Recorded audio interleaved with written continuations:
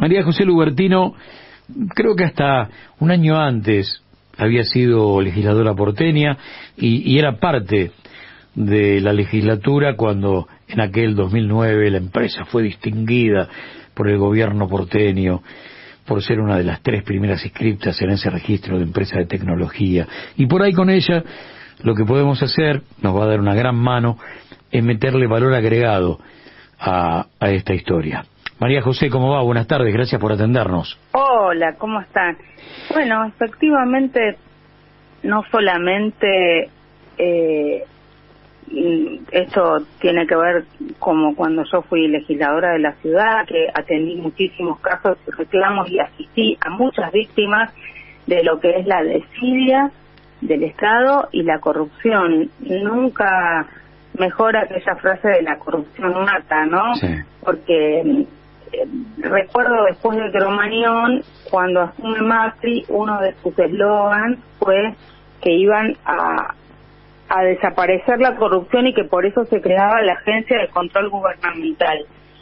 Y yo creo que lo que se llevó puesto a Ibarra, obviamente, fue la corrupción dentro de su propio gobierno, y sin embargo, en los gobiernos subsiguientes esto no cambió, porque es evidente que más allá de la extraña situación que bien referís de una empresa creada para custodiar y guardar papeles importantes de empresas multinacionales, bancos, la mayoría de la lista de los clientes de Iron Mountain y ellos mismos aparecen en los Panama Papers y en todos los papers de todos los que eluden, evaden dinero en la Argentina.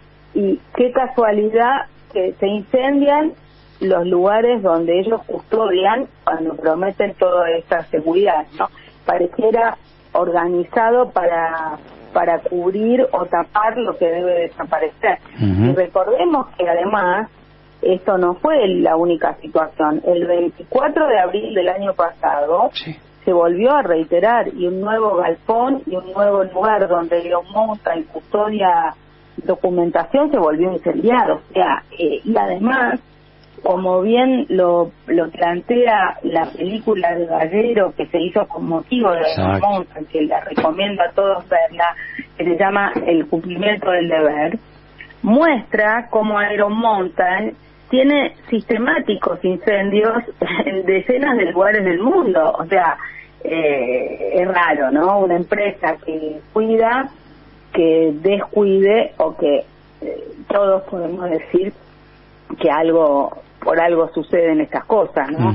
Porque cuando alguien quiere cuidar algo, lo cuida de otra manera, evidentemente. Pero no quiero decir simplemente la responsabilidad de la empresa, sino la connivencia del gobierno de la ciudad, que tiene una agencia gubernamental de control, y sin embargo hubo sucesivos incendios en distintos lugares vinculados a Iron Mountain y otras empresas, y hubo boliches que se siguieron cayendo en los pisos.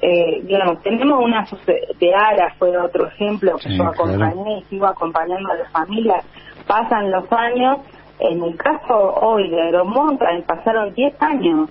La justicia, los peces gordos de la empresa están todos afuera, todos impunes, y están procesados una ristra de funcionarios, de empleados de la empresa de segundo o tercer nivel, como siempre se corta por lo más débil, y luego hay 2 funcionarios que dependían de la Agencia Gubernamental de Control, que en ese momento dependía del ministro Montenegro, hoy actual intendente de Mar del Plata, gobierno de Macri, y que bueno, que están allí, pero tendría que haber habido el año pasado ya el juicio oral y todavía no se abrió el juicio oral. Así que hoy un poco la petición era esta, la inmediatez, porque justicia que llega tarde no es justicia. Por supuesto, a los muertos ya nadie los resucitará, pero las familias necesitan que su causa llegue a buen puerto, que haya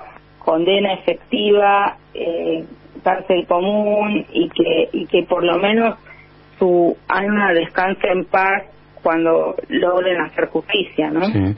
María José, haciendo centro, por supuesto, en Iron Mountain, pero tratando de tener una mirada un poco más amplia, desde la asunción del macrismo da la sensación que en la ciudad de Buenos Aires, y esto después lo trasladaron a nivel nacional en los 4 años de Macri presidente de la Nación, vinieron a hacer negocios sin intermediarios, como que su gran laburo era ese. Siempre necesitaron intermediación política en lo que fue la década menemismo más alianza, y antes el poder real se recostó sobre la última dictadura en la Argentina.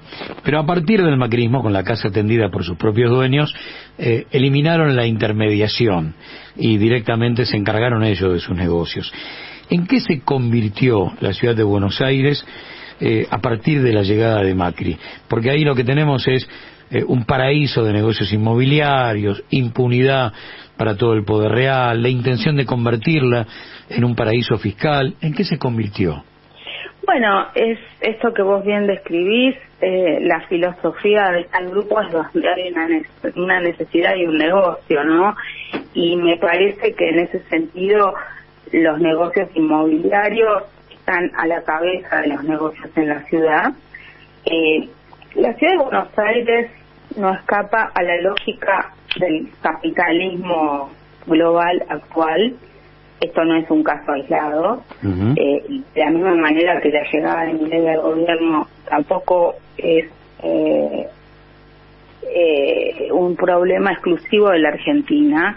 Tenemos que poder dejar de sentirnos que somos el ombligo del mundo, los únicos a los que nos pasan estas cosas, sino que hay que poder mirarlo también a nivel global y regional. Pero en el caso de la ciudad, yo creo que hay fuerzas dinámicas que podrían revertir esta situación. Pero eso depende mucho de cómo la ciudadanía se expresa en las urnas.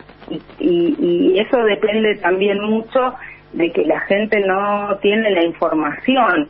Es decir, frente al extractivismo urbano, sí, que es este fenómeno de que la ciudad la diseñan los empresarios los desarrolladores inmobiliarios, y después la otra gran fuente de financiamiento de la ciudad tiene que ver con el sector bancario financiero. O sea, la ciudad se ha turistificado, se ha financiarizado, o sea, sí, los actores reales en la ciudad son los desarrolladores inmobiliarios, el sector financiero, que es un ejemplo de el IVA a la cepa en relación a estos temas, y después todo el proceso de turistificación en la ciudad, que hace que la gente no pueda alquilar, no pueda tener donde alquilar una vivienda, porque básicamente todo es Airbnb, ¿no? Entonces, me parece que la gente tiene frente a esto como la sensación de que es así y nada se puede hacer de otra manera, no puede ser diferente, sí, sí. Y me parece que ahí hay un punto de inflexión donde la cuestión es que también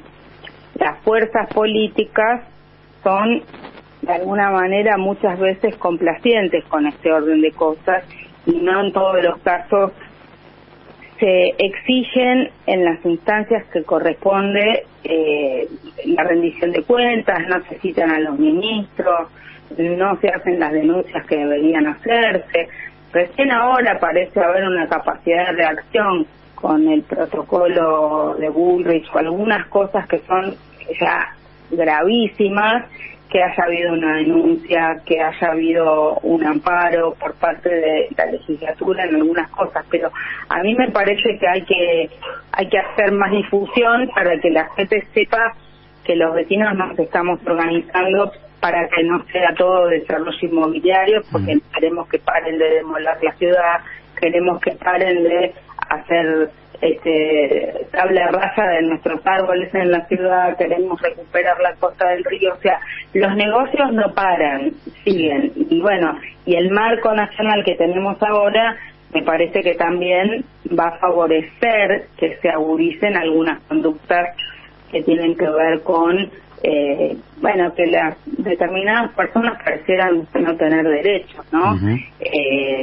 Los pobres, los que menos tienen, los morochos, la gente que vive en el sur de la ciudad, hay una serie de situaciones en las cuales me parece que poderoso caballero es don dinero, sí, claro. Y el que más tiene siempre sale victorioso. Eso es así, pero hay que remover el avispero y las instituciones tienen que reaccionar. Mi tesis doctoral analiza este caso de Aaron Montan y muchos más, y también explica cómo llegamos a esta situación no solo por un poder ejecutivo, hay déficit en el legislativo y hay déficit fundamentalmente en el poder judicial. El poder judicial de la ciudad básicamente en muchos aspectos hace seguidismo del gobierno de la ciudad, como también nos pasaba con los jueces federales y el gobierno nacional, etcétera. Entonces, bueno, necesitamos más funcionarios probos en los distintos poderes del Estado y una ciudadanía más activa y avispada que exija que esto funcione, ¿no? Exactamente. María José, gracias por estos minutos de tu tiempo y por darnos una mano para meterle valor agregado a este recuerdo, que es fundamentalmente un pedido de justicia. Muchísimas gracias. Muchísimas gracias a ustedes y bueno, justicia ya por las víctimas de Aaron Montan y por las familias, que vayamos pronto al juicio oral. Muchas gracias.